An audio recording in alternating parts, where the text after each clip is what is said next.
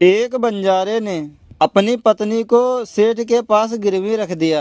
फिर एक संत ने किया बंजारन का न्याय।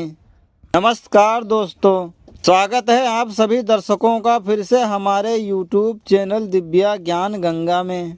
मित्रों, आज की जो कहानी हम आपके लिए इस वीडियो में लेकर के आए हैं, यह कहानी आपके लिए बहुत ही ज्ञानवर्धक है। ये कहानी आपके लिए बहुत कुछ सिखा कर के जाएगी और कुछ नया सिखाएगी। इसमें एक बंजारे की बीवी के बारे में बताया गया है कि किस तरीका से एक बंजारे ने अपनी पत्नी के लिए एक सेठ के पास गिरवी रख दिया था और किस तरीके से उस सेठ ने बंजारे की बीवी की बेईमानी करनी चाहिए और फिर किस तरीके से एक संत बाबा ने बंजारे का न्याय किया। कहानी जो है ये बहुत ही प्रेरणादायक है। आपसे निवेदन है कि आप हमारी इस कहानी को अंत तक जरूर सुनें और वीडियो की समाप्ति होने तक हमारे साथ चैनल पर जुड़े रहें। तो चलिए दर्शक भाइयों, शुरू करते हैं यह एक कहानी बंजारन और एक बंजारे की। मित्रों, एक समय की बात है, किसी नगर में एक बंजारा अपनी पत्नी के साथ में रहता था। उस बंजारे की पत्नी यानी जो बंजारिन थी वे बहुत ही सुंदर थी।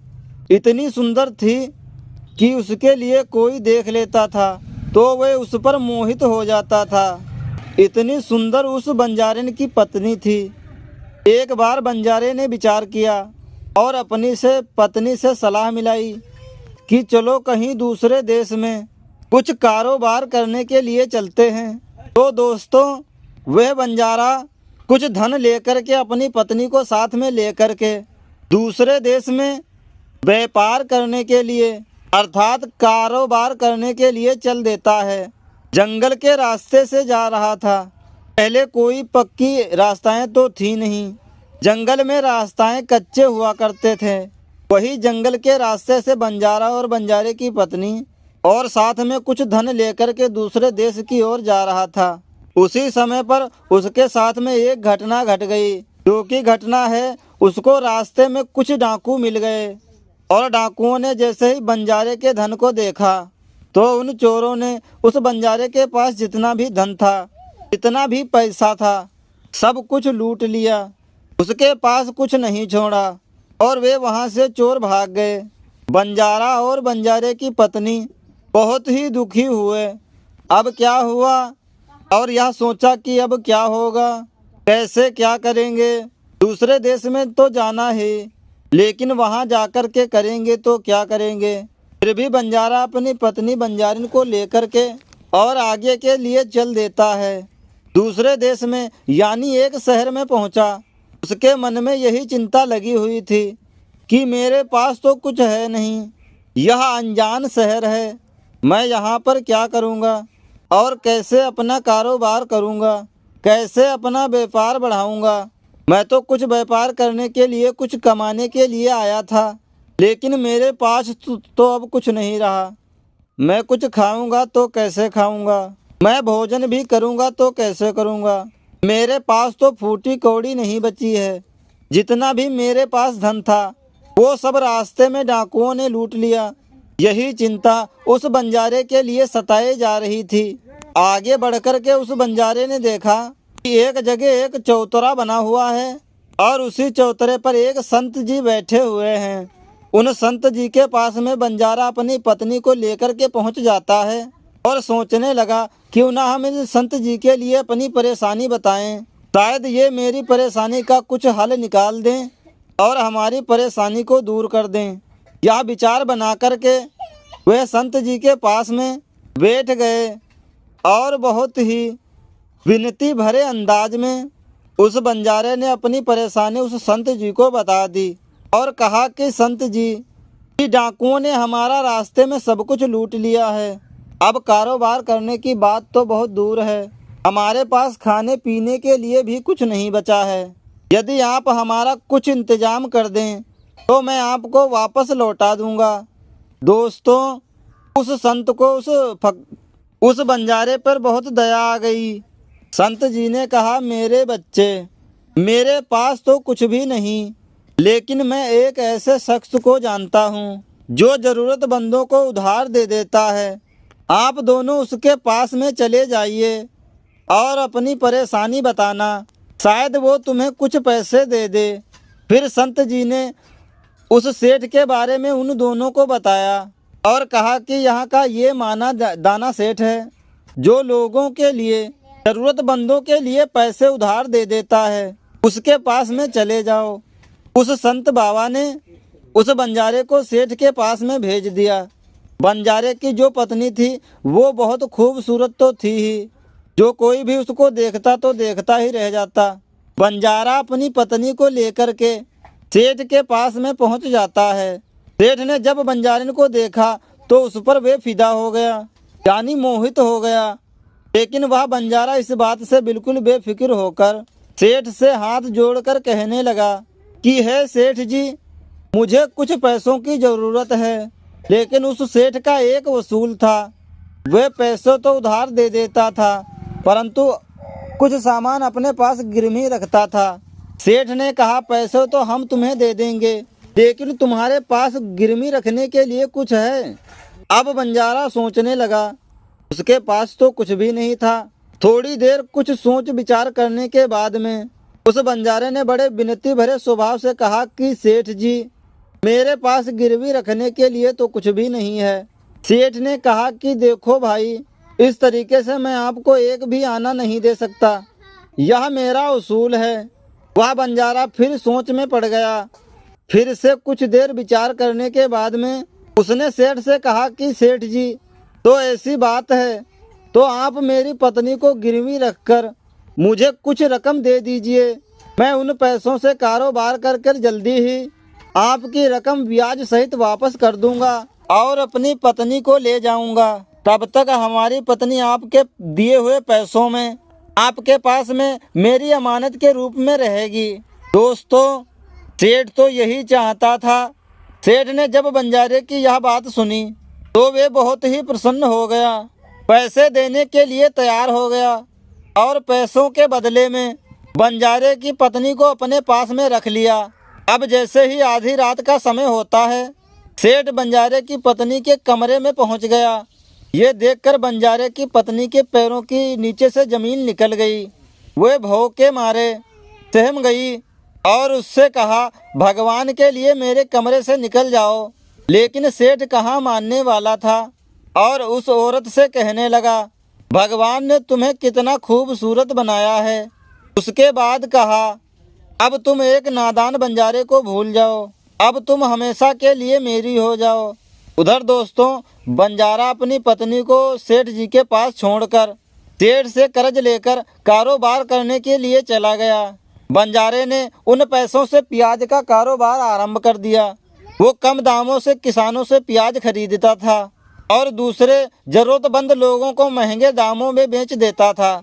इस तरीके से बंजारे ने उन पैसों से बहुत ही जल्दी खूब दौलत इकट्ठी कर ली और कुछ दिनों के बाद में बंजारा सेठ के पास में पहुंच गया और कहने लगा कि सेठ जी, आप अपना हिसाब करके मुझसे अपनी रकम ब्याज सहित ले लीजिए और मेरी पत्नी को मुझे वापस लौटा दीजिए जो आपके पास अमानत के रूप में रखी हुई है। दोस्तों, अब इतनी खूबसूरत पत्नी को भला कौन वापस करना चाहेगा। सेठ ने बंजारे से कहा, भाई क्या बताऊं, आज से 2 महीने पहले की बात है। तुम्हारी बीबी जो थी वे अचानक बीमार पड़ गई और उस बीमारी के कारण तुम्हारी पत्नी की मौत हो गई। मैंने तुम्हारी पत्नी का बहुत ही इलाज करवाया, अच्छे से अच्छे वैद्य हकीमों को दिखाया, लेकिन मैं फिर भी तुम्हारी पत्नी को नहीं बचा सका। बंजारे ने जब सेठ के मुंह से यह सुना तो सीना पकड़ करके अपना बैठ गया और बहुत ही दुखी हुआ।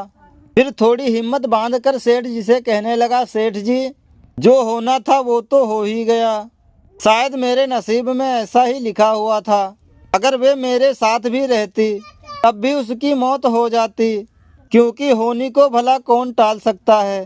फिर भी आप मुझसे अपने पैसे ले लीजिए ताकि मैं इस बात से बेफिक्र हो जाऊं कि मैंने अपना कर्ज चुका दिया है और अपनी बीबी के गिरम रखने के कलंक से बचा लिया है। दोस्तों, बंजारे की बात सुनकर वे सेठ कहता है, नहीं भाई, अब मैं तुमसे पैसे वापस नहीं ले सकता। जब मैं तुम्हारी अमानत को तुम्हें नहीं लौटा सकता तो फिर कर्ज लेने का मुझे कोई अधिकार नहीं है। बंजारे ने सेठ से अपना कर्ज लेने की बार बार गुजारिश की, लेकिन सेठ नहीं माना। उसके बाद में उदास होकर के बंजारा वहां से आगे के लिए चल दिया। तो रास्ते में फिर उस जगह पर पहुंचा जहां पर उसकी मुलाकात वहीं पर संत जी से पहली बार हुई थी। हमेशा के पहचान लिया और हाल चाल पूछने लगा। तो बंजारा जो था वो संत जी को अपनी पूरी बात फिर से बता दी। वे संत बाबा बहुत तजुर्बे के आदमी थे। बंजारे की बात सुनकर संत जी ने कहा, बंजारे भाई, उस सेठ ने तेरे साथ बहुत बड़ा धोखा किया है। तेरी बीबी अभी बिल्कुल सही सलामत है और जिंदा भी है। तेरी बीबी को उस सेठ ने अपने घर में छुपा रखा है।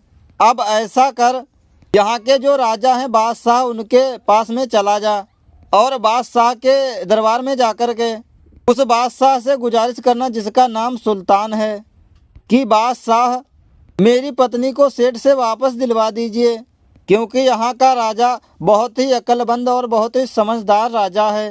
ये जरूर तेरी पत्नी को सेठ से दिलवा देगा। अब तो दरबार में ही तुम्हारा फैसला होगा।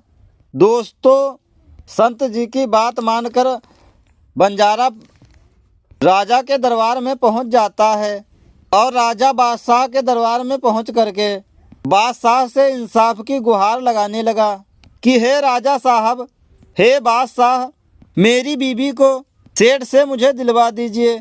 सारी बात उसने बादशाह राजा के लिए बता दी। बादशाह ने सेठ को बुलाया और पूछा, कहा, क्या यह बात सच है कि बंजारा कुछ पैसों के बदले में अपनी बीबी को तुम्हारे पास में गिरवी रख कर के गया था? सेठ ने हाँ करते हुए कहा कि जी बादशाह, बंजारे की यह बात बिल्कुल सत्य है। बादशाह ने फिर कहा, तुम इसकी बीबी को वापस क्यों नहीं लौटा रहे हो? बादशाह की बात सुनकर के सेठ कहने लगा, कैसे लौटाता? हे राजा साहब, मैंने इस बंजारे को बता तो दिया है कि आज से 2 महीने पहले इसकी बीबी की मृत्यु हो चुकी है। हे बादशाह, अब मैं खुदा के पास जाकर को तो इसकी बीबी को वापस नहीं ला सकता। बादशाह ने पूछा, तुम्हारे पास कोई गवाह है जो इस बात की गवाही दे सके कि इसकी बीबी इस दुनिया में नहीं रही है, वो मर चुकी है? तो सेठ कहने लगा, हे बादशाह, इस बात की गवाही वह अच्छी तरीके से देगा जिसकी इलाज इस बंजारे की पत्नी ने, डॉक्टर ने किया था, जो है वैद्य ने किया है। जो वैद्य है वो हकीम है, जो वो गवाही देगा। और 4 आदमी हैं इस बात की गवाही देने के लिए, जो इसकी बीबी को कब्रिस्तान में दफना करके आए थे। उस सेठ ने यह बात इतने यकीन से कही कि बादशाह को भी उस पर यकीन हो गया। तब बादशाह ने बंजारे से कहा, अगर तुम्हारी बीवी जिंदा होती तो हम तुम्हें ज़रूर दिलवा देते, अब तो हम भी मजबूर हैं। इस तरीके से बादशाह ने बंजारे को समझा कर के वापस भेज दिया और कहा कि भाई, मैं आपका कोई फैसला नहीं कर सकता, आपकी पत्नी की मृत्यु हो चुकी है। बंजारा फिर से उस संत जी के पास में पहुंच गया और जो कुछ भी वहां पर बादशाह और सेठ के बीच में बातें हुई थी, वे सारी बातें उन संत जी को पुनः बता दी। यह सब बातें सुनकर के संत जी ने कहा, मैंने बादशाह को इतना बेवकूफ़ नहीं समझा था, जो आज वो निकल गया इतना बेवकूफ़। मुझे दुख है कि उसने तुम्हारे साथ इंसाफ नहीं किया है। उस बादशाह ने सेठ की बातों पर यकीन कर लिया है और तुम्हें समझाकर वापस भेज दिया है। अब तुम मेरी बात एक ध्यान से सुनो। तुम एक बार फिर से बादशाह के दरबार में जाओ, उसके पास में जाना और उससे कहना कि बादशाह, आप सिर्फ 3 घंटे के लिए अपने राज्य पर संत जी को मौका दो, फिर मैं आपको बताऊंगा कि इंसाफ कैसे किया जाता है और इंसाफ किसे कहते हैं। वे बंजारा एक बार फिर से बादशाह के दरबार में पहुंच गया और जैसा उस संत जी ने कहा था, उसने बादशाह से वही कह दिया। बादशाह ने जब बंजारे की यह बात सुनी, तब यह सुनकर के बादशाह ने कहा, ठीक है, मुझे 3 घंटे के लिए राजगद्दी छोड़ने के लिए कोई परेशानी नहीं है। यदि ऐसा करने से तुम्हें इंसाफ मिल जाएगा तो मैं 3 घंटे के लिए अपनी गद्दी छोड़ दूंगा। तुम उस संत जी को दरबार में बुला लाओ। दोस्तों, बादशाह की बात सुनकर के बंजारा संत जी के पास में गया और संत जी को दरबार में ले आया। जब संत जी दरबार में पहुंच गए, फिर बादशाह जो की गद्दी जो थी, अपना सिंहासन था, उसे छोड़ दिया। फिर वे संत जी राजगद्दी पर बैठ करके सेठ जी को आदेश किया, बुलाकर लाने का जो है आदेश किया। और जब संत जी उस गद्दी पर बैठ गए, उसके बाद में संत जी के सामने सेठ को हाजिर किया गया।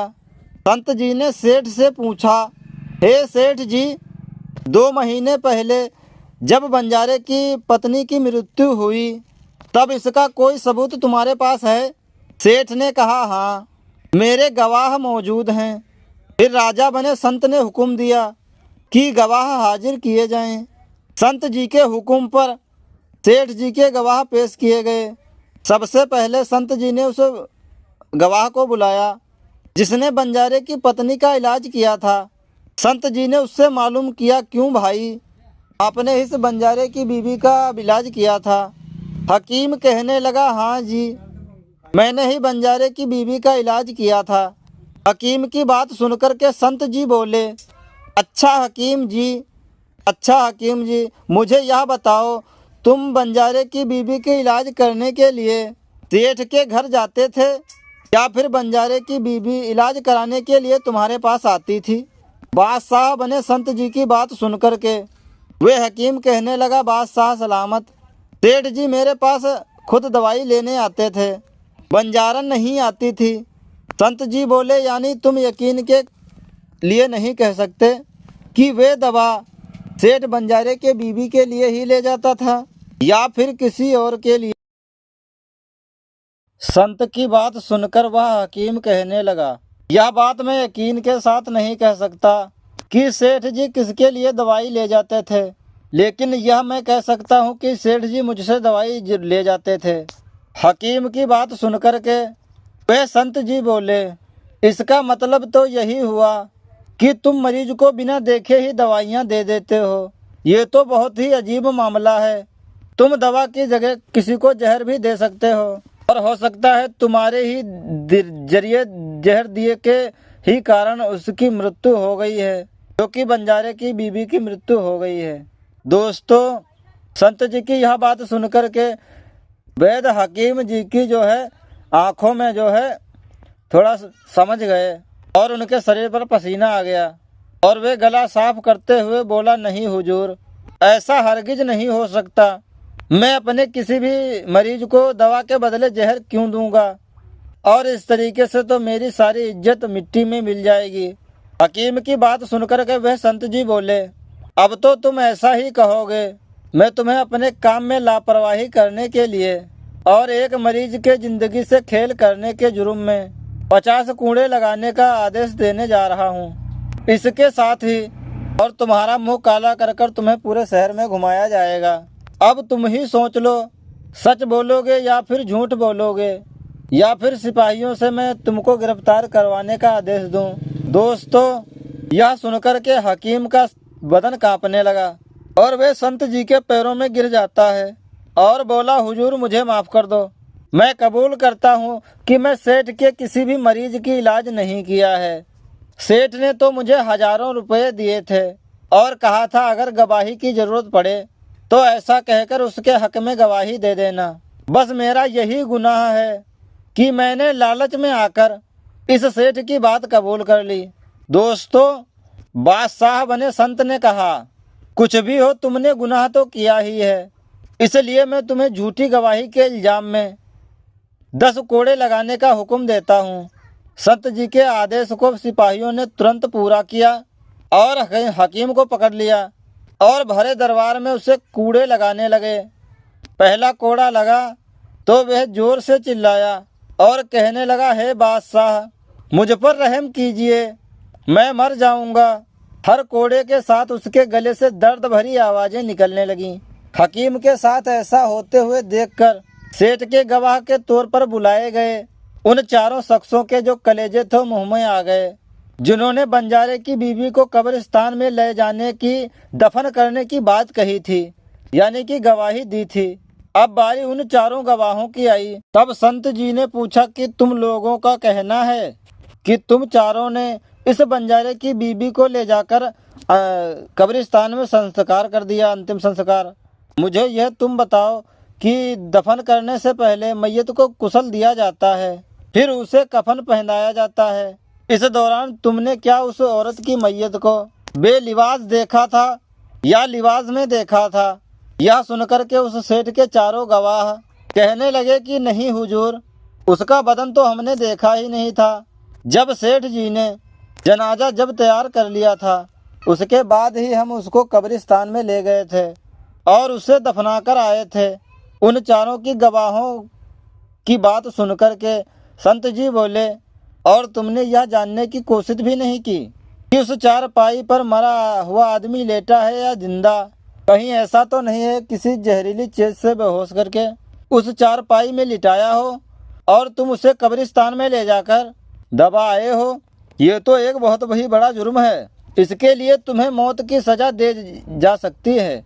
वे चारों गवाहों जो है पहले से ही संत जी की दिए गए आदेश के अनुसार हकीम की जो है पिटाई देखकर परेशान थे। तब उन्होंने संत जी के मुख से मौत की सजा सुनी। तब उन्हीं के सभी के हाथ पांव मानो कि बिल्कुल ठंडे पड़ गए हों। जैसे ही संत जी फकीर की तरफ जो है उसके तरफ देखा, सेठ जी की तरफ, तो सेठ का चेहरा बाहर से फीका पड़ गया। संत जी ने कहा सेठ जी से कि सेठ जी, तुम्हारे पांचों गवाहों की अब हवा निकल चुकी है। अब तुम ही बताओ, किसी की मर्जी के खिलाफ किसी की बीवी को जबरदस्ती अपने घर में रखने के जुर्म में तुम कौन सी सजा पाना पसंद करोगे? तब संत जी ने कहा, या तुम्हें मैं 10 साल की सजा दे दूं। अभी भी वक्त है, तुम इस बंजारे की पत्नी को जो है दरबार में पेश करो। संत जी के डर से सेठ ने अपने मंत्रियों को जो है घर भिजवाकर जो है अपनी जो है उसकी पत्नी को जो है बंजारिन को पेश करवा दिया।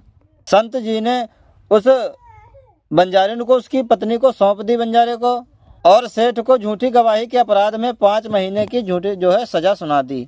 उन चारों गवाहों को 100 कूड़े मारने की सजा दे दी, जिन्होंने बंजारे की बीवी के जनाजा कब्रिस्तान में झूठी गवाही देने के अपराध में किया था। यह देखकर बादशाह हैरान हो गया। संत जी के आगे हाथ जोड़कर बोला, संत बाबा, आप अनमोल हैं। आपने मुझे आज सिखा दिया है कि इंसाफ कैसे किया जाता है। बादशाह की बात सुनकर के संत जी जो थे उस बंजारे से और उस बादशाह से कहता है कि मेरी यह 3 बातें हमेशा याद रखना। कभी भी इन 3 जगह पर अपनी पत्नी को अकेला मत छोड़ना। पहली जगह, आपकी बीवी अगर बीमार पड़ जाए तो ऐसी हालत में उसे बीमारी में कभी भी अकेला छोड़कर नहीं जाना चाहिए, क्योंकि जब कोई आदमी अपनी पत्नी से जो है किसी औरत से शादी करता है तो शादी के वक्त वह कबूल करता है कि मैं तेरे सुख दुख में तेरे साथ रहूँगा। इसलिए बीमारी के समय उसके साथ ही हमेशा बने रहिए और उसकी देखभाल कीजिए। जिस तरीके से एक पत्नी अपने पति की जो है सेवा करती है, इस तरीके से उसका भी हक बनता है ज़रूरत पड़ने पर अपनी बीवी की जो है हिफाजत करे। यह आपका धर्म है और आपकी खुशहाली की जड़ भी है। और दूसरी जगह, अगर आपकी बीवी पर कोई झूठा इल्ज़ाम लगाता है तो ऐसी हालत में तुम्हें उसके साथ खड़े रहना चाहिए, क्योंकि एक लड़की अपने माँ बाप को और अपना घर इसी आस में छोड़कर आती है कि मेरा पति मुझे समझे और मुझे हर हाल में साथ दे। इसलिए दुनिया वाले उस पर कोई झूठा इल्ज़ाम लगा रहे हैं तो आपको अपनी पत्नी के साथ खड़े रहना चाहिए। ऐसे वक्त में उसको कभी भी अकेला नहीं छोड़ना चाहिए।